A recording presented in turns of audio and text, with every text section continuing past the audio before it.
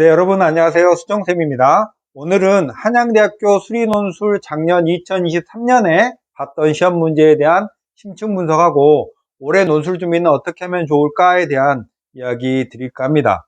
그럼 첫 번째 2024학년도 수리논술 출제된 문제에 대한 기출 분석부터 해볼까요?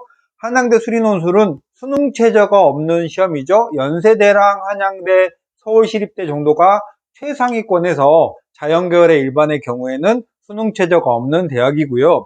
90분 시험에 두 문제를 대문항으로 보는데 소문항으로 나눠보면 한 문제당 3개씩 있어서 총 소문항 기준으로 6개의 소문항이 있고, 각자의 소문항은 거의 앞 소문항하고 크게 연관이 없는 독립된 6문제라고 생각을 하시면 좋겠고, 수학수학원, 수학2 미적분 확통 기하의 전 범위를 출제한다고 하고 실제로 그렇게 출제를 합니다. 그리고 제시문은 거의 없는 그냥 바로 본론으로 문제가 한두 줄 이내인 깔끔한 형태고요. 예전에는 제시문이 있었던 적도 있으니까 제시문이 없다 있다라는 건 정해지진 않았습니다. 2024학년도에는 오전 시험지, 오후 1, 오후 2 이렇게 해서 3개의 시험지가 모집 단위별로 있었고요. 주로 고1의 수학이나 수학1은 그렇게 많이 출제하는 경향성을 보이지는 않고 수학2 미적분 확통 기하 이런 데서 출제를 많이 하는데, 이번 시험은 그동안 한양대가 시험이 그렇게 쉽지는 않은 대학이었거든요. 그래서 요번에는 좀 변화를 주면서 수능 형태의 수학2에서 2차나 3차나 4차 함수의 제시문의 조건을 이용하는 그런 문제들이 출제됐습니다. 그냥 거의 수능하고 비슷하다라고 생각을 하시면 좋겠고, 요거는요 전체 문제 안에 난도를 맞추기 위해서 구색을 맞추는 느낌으로 했던 것 같고, 미적분 확통 기하는 오전, 오후 1, 오후 2 시험지에서 고르게 출제를 하고 있죠. 그리고 이제 제가 이렇게 오랫동안의 한양대 문제를 보면 이런 느낌을 더 많이 내고 중점적으로 낸다라는 느낌은 있어요. 그걸 다 말씀드리긴 좀 어렵지만 한양대는 주로 삼각함수와 도형에 관한, 즉 삼각함수를 이용해서 도형의 길이나 넓이나 부피들을 표현해내는 그런 함수를 만드는 것에 관한 문제를 가장 중점적으로 출제를 하고요.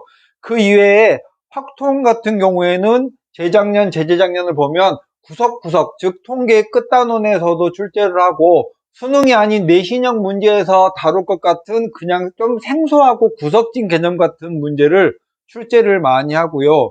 기하의 경우에는 재작년까지는 매우 어려웠습니다. 수능에 기하를 공부한 학생들이 다루기도 쉽지 않은 그런 버거운 소재들을 출제했다가 작년에는 약간 난도가 약화돼서 수능 공부를 기하 공부한 학생이 충분하게 공부한다면 맞출 수 있는 그런 수준 정도 이렇게 출제를 했고, 난도는 미적분이 제일 높았다라고 생각을 하시면 되겠습니다. 그리고 모집 단위별로 시험지가 다르다 보니까 거기에 확통이나 기하나 미적분의 모집 단위 특성에 맞는 그런 특징이 있지 않을까라고 생각을 하시는 학부모님도 있었어요. 예를 들면 건축학과 같은 데는 왠지 공간 도형이나 이런 벡터를 잘해야 될 것 같잖아요. 근데 실제로 출제된 걸 보면은 그런 거랑은 무관하게 무작위로 출제를 했더라고요. 그러면 출제 경향과 준비 방법을 살펴보겠습니다. 수능적인 계산 문제가 추가됐다. 수능 준비를 열심히 한 학생이라면 이 6문제 중에서 한두 문제는 여러분이 익숙한 그런 유형이 될 거라는 거고요. 확률과 통계는 맨 앞에 경우에서부터 제일 끝에 모평균 추정까지 어느 단원에서 출제될지 알 수가 없고요. 내신 유형의 그런 스타일의 문제도 출제한다는 거예요. 제 생각엔 교과서를 많이 읽어보면 확률과 통계에 관한 아이디어를 얻을 수 있을 것 같습니다. 대체로 작년 시험에서는 수능형 유형을 충분히 공부했다면 맞출 수 있는 수준으로 냈고요.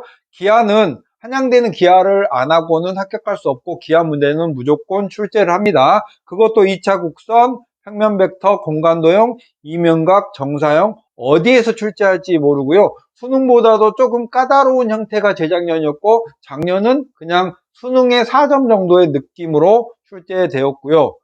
한양대는 수능 최저도 없고 내신도 보지 않는 대학이잖아요. 그러니까 딱 90분으로 우리 학생을 선발해야 되니까 대학들의 고심이 아주 깊을 것 같아요. 그래서 한 문제 안에서 수원으로 문제가 시작되고 식을 얻은 다음에는 미적분으로 마무리한다던가 2개 이상의 과목이 결합된 그런 문제들을 많이 출제한다. 여러분이 수능에서는 그냥 수투면 수투, 함수면 함수, 미분이면 미분 이렇게 단원이 제한적이게 출제를 하거든요. 결합되진 않아요, 거의. 근데 논술에서는 문항수는 적고 그걸로 학생을 선발해야 되는 부담이 있기 때문에 실제로는 많은 것들을 테스트하는 장치가 들어있다라고 보여지고요. 한양대의 가장 중요한 특징은 90분의 시험 시간입니다. 다른 대학은 최소한 100분이고요. 연대 같은 경우에는 작년에 과학을 같이 보면서 150분의 시간이었고 올해는 제 생각엔 한 120분 정도 될 것 같은데 어쨌든 90분의 시간이라면 좀 짧습니다. 한양대는 문제는 6문제고 시간은 90분이니까 단순하게 산술적으로 보면 한 문제당 15분씩이잖아요. 근데 문제 2번에 도형에 관한 문제들은 여러분이 그 답을 찾는데 15분이 훌쩍 넘을 가능성이 있습니다.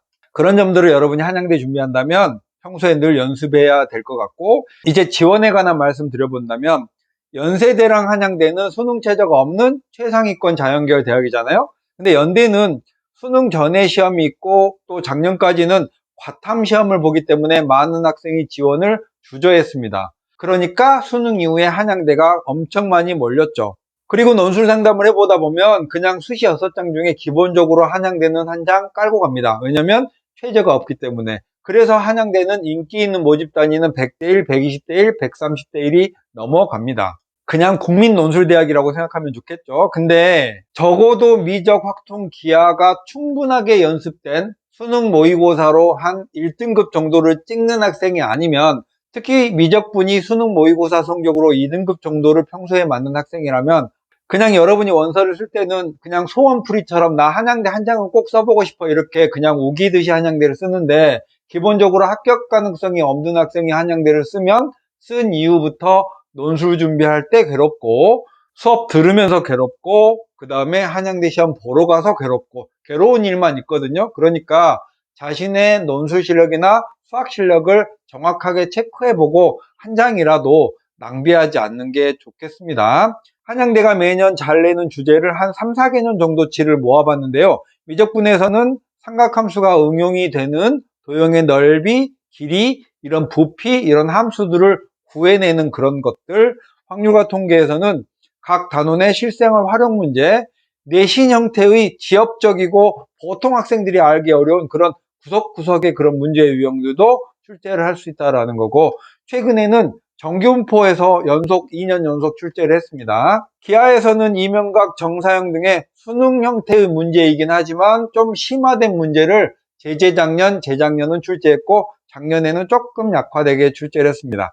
한양대 논술 시험을 공부하는 사람이라면 답안 작성 이렇게 하시면 좋겠고, 지원 경쟁률은 수험생들이 선호하는 모집 단위가 당연히 경쟁률이 높고 또 요즘에는 자연과학 같은 데가 조금 낮은 경향을 가지고 있어요. 예를 들면 컴공 같은 경우에는 150대1, 융합전자공학부 같은 경우에는 126대1의 어마어마한 경쟁률을 가지고 있죠. 그래서 학생들이 논술을 많이 주저하는데요. 이를테면 이런 말은 조금 조심스럽긴 한데 한양대 정도 되면은 수능 준비하다가 며칠 만에 논술 합격하기는 쉽진 않아요. 논술을 의도적으로 오랜 기간 준비하고 그래야지 합격 가능성이 있고, 수학은 정말 탁월하게 하는데 국어나 뭐 탐구나 이런 한두 과목이 잘 안 나와서 어차피 정시로 올인을 할 수 없는 이런 상황에 놓인 학생들이 조금 위험하지만 충분하게 기하 확동 공부를 병행하면서 논술에 올인해 보는 건 저는 오히려 좀 더 확률이 높지 않을까. 물론 수학에 대한 이해력이 충분한 학생이어야겠죠. 이렇게 올인해 보면 어떨까라는 생각을 가끔 해봅니다. 그럼 마지막으로 2025학년도 논술의 주요 사항은요, 모집 인원이 축소됐고 모집 단위도 일부가 폐지됐습니다. 이제 논술이 좀 많이 줄어들었고요. 논술이 90%고 학생부 종합평가가 10%를 보는데요. 내신처럼 성적을 보는 게 아니에요. 그냥 학생부의 출결이나 봉사활동 등의 학교생활 성실도를 참고하는 것이고, 이 내용을 제가 한양대 측에 물어봤더니 이것 때문에 논술의 격차가 많이 벌어진 학생이 역전되는 경우는 없다고 합니다. 작년까지는 모집 단위별로 오전, 오후일, 오후이 이렇게 해서 3개의 모집 단위의 그룹으로 나눠서 아침, 오후, 오후 늦게 이렇게 시험을 봤는데요. 올해는 모집 인원도 줄어들어서 이게 통폐합되지 않을까 하는 조심스러운 예측을 해보고요. 한 2개의 시험지가 되지 않을까 하는 그냥 초기 발동했어요. 참고자료는 한양대 수리논술에 대한 올해 초부터 작년에 썼던 그런 내용들 여러분이 관심이 있으시다면 읽어보시고, 기출문제도 한양대가 홈페이지에다가 자세하게 문제, 출제 의도, 예시 답안, 합격자의 모범 답안도 수록을 해놨습니다. 특히 합격자의 모범 답안은 여러분이 문제를 풀어본 후에 읽어보시고, 아, 이렇게 써야 합격하는구나 라는 걸 느낄 수 있는 그런 자료거든요. 매우 합격에 유용한 자료니까 꼭 읽어보시기를 부탁드리겠습니다. 자, 그럼 정리 말씀드릴게요. 연대와 한양대는 논술만으로 학생을 선발하는 매력적인 최상위권의 대학이죠. 모의고사 2등급 중반이나 3등급 학생이 나 한 장 써볼래? 혹시 합격할지도 모르잖아. 이렇게 쓰시면 절대 안 되고요. 한양대 같은 경우에는 문제 안에다가 모든 걸 담으려고 노력한 흔적이 저는 느껴집니다. 그러니까 수학을 잘하는 학생이라면 한번 욕심내 볼 수 있는 그런 대학이라고 생각이 됩니다. 제가 요즘에 수리논술 대학의 기출문제랑 논술 준비에 대한 시리즈로 유튜브를 찍고 있는데요. 말씀을 드리다 보면 끝나고 나서 이 말씀 드리고 싶었는데 이렇게 빠뜨린 게 꼭 있더라고요. 그런 내용들은 밑에 고정 댓글에다가 추신으로 달아 놓을 테니까 밑에 고정 댓글에 또 다른 내용이 있는지 꼭 확인 부탁드리겠습니다. 오늘 한양대는 이거로 마칠게요. 수정쌤이었습니다. 안녕.